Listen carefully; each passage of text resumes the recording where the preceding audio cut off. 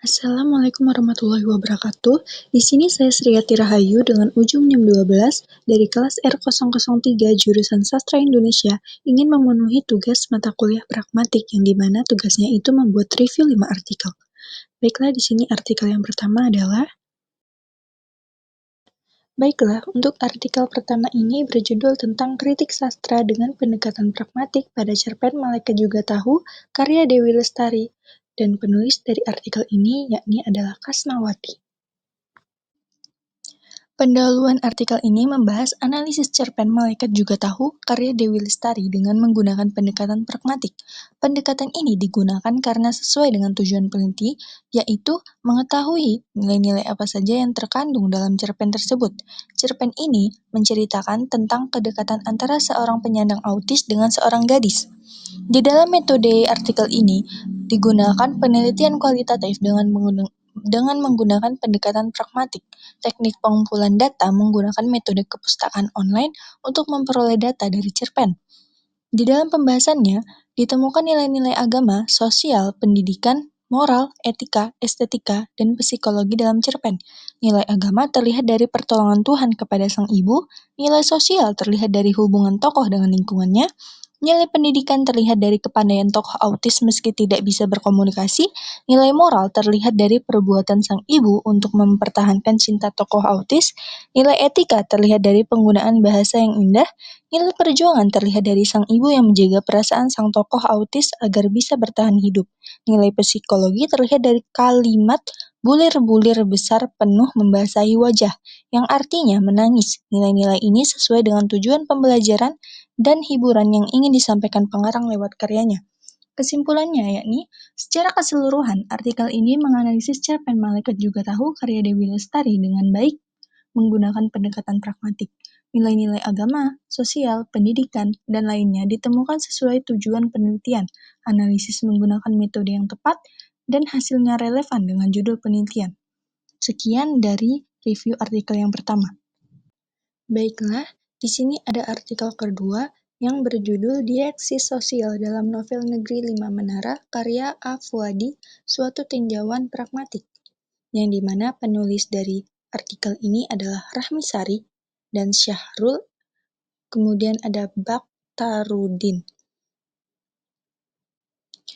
Di dalam pendahuluan artikel ini membahas tentang dieksi sosial yang terdapat di dalam novel Negeri Lima Menara karya A. Fuadi. Dieksis didefinisikan sebagai ungkapan yang terikat dengan konteksnya. Contohnya dalam kalimat saya mencintai dia, informasi dari kata ganti saya dan dia hanya dapat ditelusuri dari konteks ujaran. Ungkapan-ungkapan yang hanya diketahui hanya dari konteks ujaran itulah yang disebut dieksis. Peneliti meninjau dieksi sosial dalam novel tersebut dari bentuk, fungsi, dan maknanya. Tujuan penelitian ini adalah untuk mendeskripsikan bentuk dieksi sosial, fungsinya, dan makna yang tersirat. Sumber data berasal dari kata, ungkapan, kalimat yang mengandung dieksi sosial dalam novel tersebut. Metode ini menggunakan pendekatan kualitatif dengan teknik analisis deskriptif. Di dalam pembahasannya sendiri ditemukan 82 bentuk dieksi sosial berupa kata dan frasa. Fungsinya meliputi pembeda tingkat sosial, sopan santun berbahasa, menjaga sikap sosial, memperjelas kedudukan dan identitas sosial, serta kedekatan hubungan. Makna dieksi sosial tergantung konteks dan situasi penggunaannya. Contohnya, si Tyson, Haji. Kata si Tyson merupakan sebuah bentuk dieksi sosial yang dikategorikan dalam dieksi sosial honorifics. Kata si Tyson adalah bentuk dieksi sosial tergolong pada julukan. Si Tyson yang dimaksudkan mengacu pada kakak kelas atau senior dari Alif yang mirip dengan Tyson. Berbeda dengan si Tyson, kata haji merupakan bentuk dieksi sosial tergolong pada gelar. Haji yang dimaksudkan dalam novel Negeri Lima Menara ini mengacu pada gelar yang diberikan kepada umat muslim yang telah menjalankan ibadah haji. Kesimpulan penelitian ini menyimpulkan bahwa dieksi sosial dalam novel tersebut digunakan sesuai konteks untuk memperkaya makna dan memberi warna dalam penyampaian pesan novel. Hasil penelitian diharapkan bermanfaat bagi pemahaman tentang pragmatik, khususnya dieksi sosial. Lalu di sini ada artikel ketiga yang berjudul Kajian tentang Hakikat, Tindak Tutur, Konteks, dan Muka dalam Pragmatik, di mana penulis dari artikel ini adalah Alexander Bala. Lalu di sini ada artikel ketiga. Baik, di dalam pendahuluan artikel ini membahas mengenai hakikat pragmatik, tindak tutur, konteks, dan konsep muka dalam kerangka ilmu pragmatik. Penulis mengemukakan bahwa pragmatik merupakan studi tentang hubungan antara bentuk-bentuk linguistik dengan pemakaiannya. Pragmatik juga mempelajari kondisi penggunaan bahasa yang ditentukan oleh konteks. Oleh karena itu, artikel ini dianggap perlu untuk memahami konsep-konsep tersebut dalam pragmatik. Baiklah, metode penelitian ini menggunakan metode kualitatif melalui studi pustaka. Kemudian pembahasannya, penulis menjelaskan bahwa pragmatik merupakan studi tentang makna kontekstual, maksud penutur, dan bagaimana penyampaian tuturan. Kemudian diuraikan pula konsep tindak tutur menurut Austin dan Shirley, serta jenis dan kategori tindak tutur. Austin membedakan 3 jenis tindakan. Yang pertama, tindak tutur lokusi, kedua, tindak tutur ilokusi, dan ketiga, tindak tutur perlokusi. Sementara Shirley membagi tindak tutur menjadi 5 kategori. Yang pertama itu representatif atau asertif, kedua direktif atau impositif, yang ketiga ekspresif atau evaluatif, yang keempat itu komisif, dan yang kelima deklarasi atau establisif atau isbati. Selanjutnya, penulis menjelaskan mengenai konteks tutur dan implikatur percakapan. Terakhir, diuraikan mengenai konsep muka menurut Brown dan Levinson. Brown dan Levinson mendefinisikan muka atau face sebagai citra diri yang dimiliki oleh setiap anggota masyarakat untuk dijaga sekaligus dihormati sehingga tidak boleh dilanggar oleh setiap anggota masyarakat tersebut dalam setiap peristiwa pertuturan. Jika dilanggar, maka terjadi tindakan pengancaman muka yang akan berpotensi melukai atau mencederai muka atau citra diri. Dapat disimpulkan bahwa artikel ini membahas secara baik mengenai hakikat, konsep, dan teori pragmatik terkait tindak tutur, konteks, dan konsep muka. Penulis juga menganalisis setiap subtopik secara terperinci dengan mengutip berbagai sumber referensi terkait. Artikel ini dianggap mampu menjelaskan konsep-konsep dasar dalam ilmu pragmatik. Baiklah, selanjutnya artikel keempat yang berjudul Kemampuan Balita dalam Interpretasi Bahasa Kajian Neurolinguistik. Penulis dari artikel ini adalah Putu Desi Anggerina Hikmaharyanti, kemudian ada Dewa Ayu Devi Maharani Santika, kemudian ada Nika Dek Ari Dwi Savitri. Pendahuluan artikel ini membahas mengenai kemampuan balita dalam memahami dan menginterpretasikan bahasa dengan mengkaji dari perspektif neurolinguistik. Penulis mengajukan bahwa perkembangan bahasa balita berkaitan erat dengan peran otak dan lingkungan. Salah satu yang menarik perhatian peneliti adalah kemampuan verbal anak balita usia 3-5 tahun yang mana menurut Profesor Leslie Rekorla 2001 dalam hasil risetnya membuktikan bahwa balita usia tersebut harus mengetahui 150 kosakata dengan skala 75-225 kosakata, masih dikategorikan normal. Metode penelitian ini menggunakan metode deskriptif kualitatif dengan studi kasus seorang balita berusia 3 tahun bernama Syabira Alula. Pengumpulan data dilakukan dengan pengamatan video di YouTube dan analisis berdasarkan teori-teori neurolinguistik.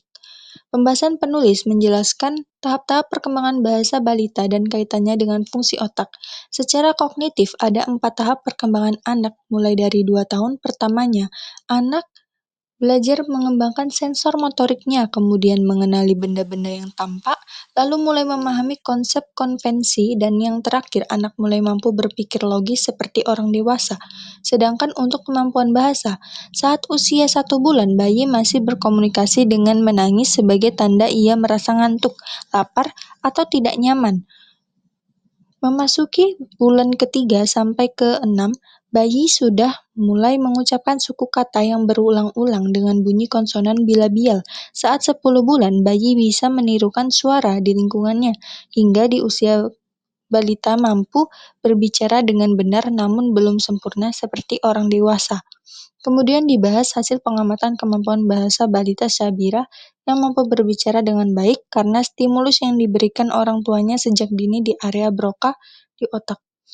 Kesimpulannya, kemampuan bahasa balita dipengaruhi oleh stimulasi otak, pengenalan kosakata, dan responsivitas orang tua. Stimulus bahasa baku dari orang tua membentuk karakter bahasa balita mengikuti aturan yang berlaku.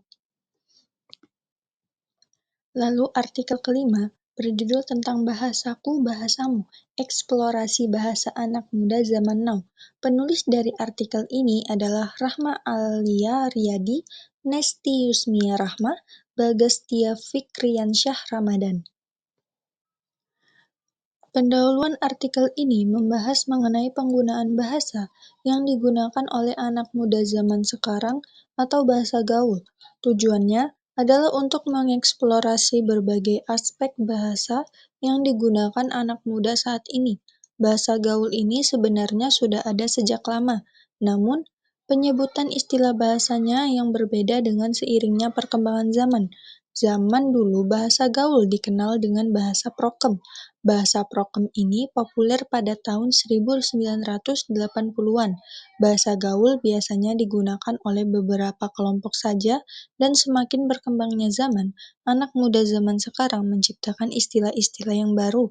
Munculnya istilah-istilah baru ini dikarenakan adanya modifikasi bahasa dari bahasa Indonesia yang memiliki makna berbeda dari makna aslinya. Pendahuluan artikel ini membahas mengenai penggunaan bahasa yang digunakan oleh anak muda zaman sekarang atau bahasa gaul. Tujuannya adalah untuk mengeksplorasi berbagai aspek. Di dalam metode ini, penelitian menggunakan metode kualitatif dengan melakukan wawancara terhadap 4 mahasiswa Fakultas Dakwah Unisba angkatan 2022. Data dikumpulkan melalui wawancara yang kemudian ditranskripsikan dan dianalisis secara sistematis dengan menggunakan teori, pragmatik, dan sosiolinguistik. Di dalam pembahasan ini, penggunaan bahasa anak muda zaman sekarang atau bisa disebut sebagai bahasa gaul menurut beberapa mahasiswa Fakultas Dakwah angkatan 2022 Unisba, mereka biasanya berkomunikasi dengan teman sebayanya menggunakan bahasa Indonesia yang nonformal dan bahasa Sunda jika mereka menganggap teman komunikasinya sudah cukup dekat. Mereka juga sering mencampurkan bahasa Indonesia nonformal dengan bahasa gaul agar komunikasi yang terjalin tidak terlalu baku dan kaku. Mereka sering menggunakan dan mencampur kata-kata baru tersebut dengan bahasa Indonesia saat berbicara dengan teman sebayanya.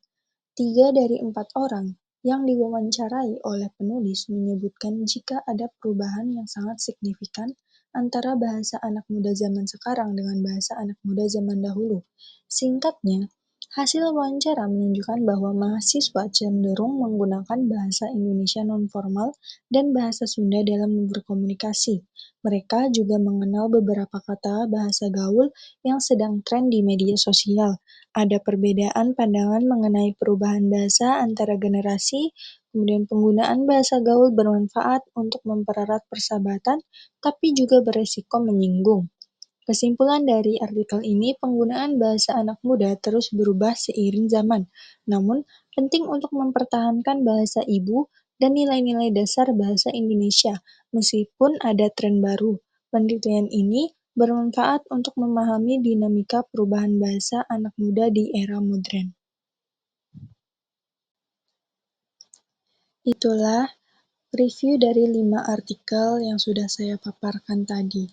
Terima kasih. Wassalamualaikum warahmatullahi wabarakatuh.